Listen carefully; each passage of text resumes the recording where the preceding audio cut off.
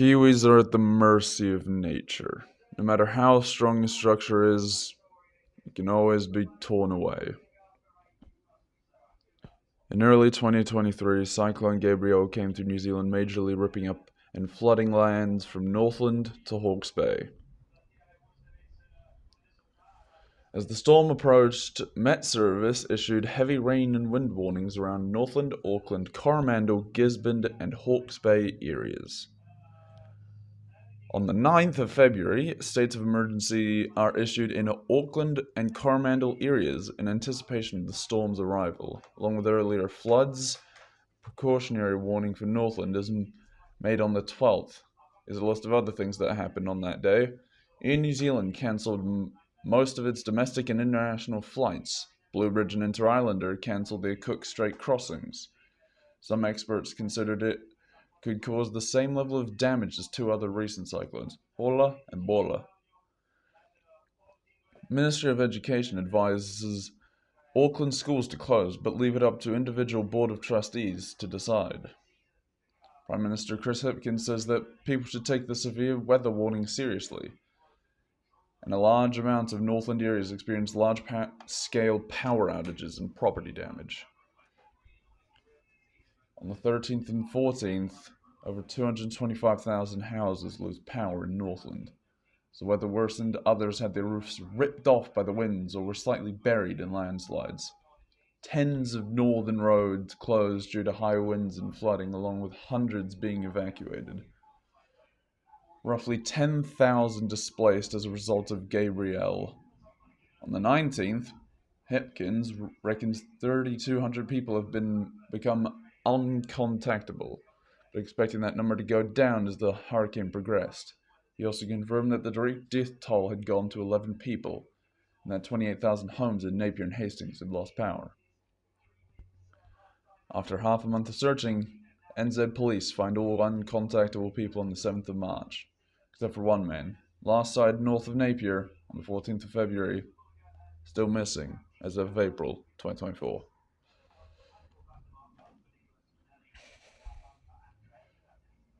In the Hawke's Bay, the cyclone caused several stop banks to overflow with floodwater.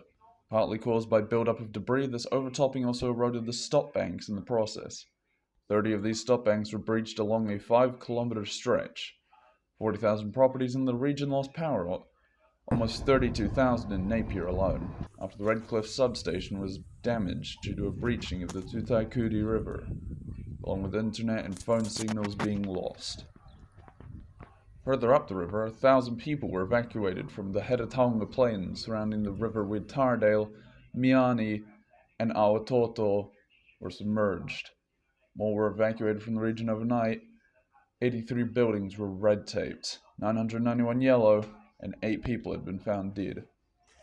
Flash flooding of the Esk River and the Esk Valley, submerging properties in 7 meters of water, laying silt down on them all the way to their roof lines.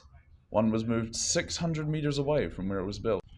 Just came in here, just interrupting my own spiel about statistics and run of events for Hawke's Bay.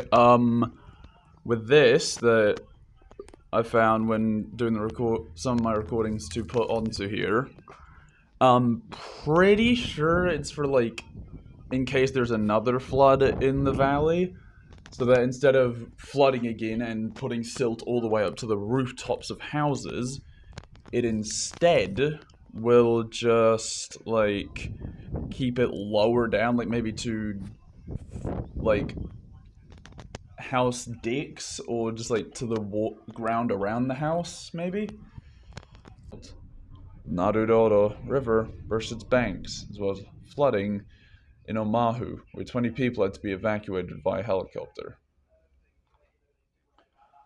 Flooding washed away rail bridges between Clive and Napier, 2 more north of Hastings, and 1 at Waipawa. Destroyed 6 road bridges and plains, Brooksfield over the Tutaikuri at Pakowhai, Redcliffe, a major crossing over the Tutaikuri between Tardale and Waiohiki. At Redcliffe over the Tutaikuri, seemingly what they've done is leave some of the slightly smaller slash and debris behind on the bridge if it's not totally blocking the river, or just moved it off to the side on the little coast south of Taradale. Vicarage Road Bridge over the Tutaikuri at the settlement of Pukatup. When I went up for recording purposes up to Hawke's Bay, as you'll see in the video here, they're actually still rebuilding Vicarage Road Bridge. They've got like one of the trusses for it in the ground, the other one's sitting off to the side, but they're actively rebuilding Vicarage to this day. That's still like a year and a half of repairs being done in that region. Dartmoor over the Mangaone River, a tributary of the Tutaikuri, between Puketapu and Dartmoor. Risington across the Mangaone, a bridge on Hawkeston Road in the Patoka area, and the State Highway 2 bridge between Napier and Wairoa over the Waikiri River just north of Putarino was destroyed. The Wairoa River burst its banks, flooding around 10 to 15% of Wairoa, containing about half of the town's population. Access to Wairoa was cut off after extensive damage to the State Highway 2 Mohaka Bridge south of the town, and landslides north of the town. A number of bridges around the Wairoa region were destroyed or damaged. Except for the occasional supports on the bridge, Wairoa is actually like probably the second most recovered area in the Hawke's Bay, behind Napier with all the outages and that. Because except for the occasional log on the supports of the main bridge, there's not really many signs of flooding in Wairoa. Water supplies of the region failed, and a mandatory evac of the western Waipawa area after the Waipawa River rose to record levels. State Highway 5 reopened to freight convoys from 14th of March and was open to all types of traffic on the 27th.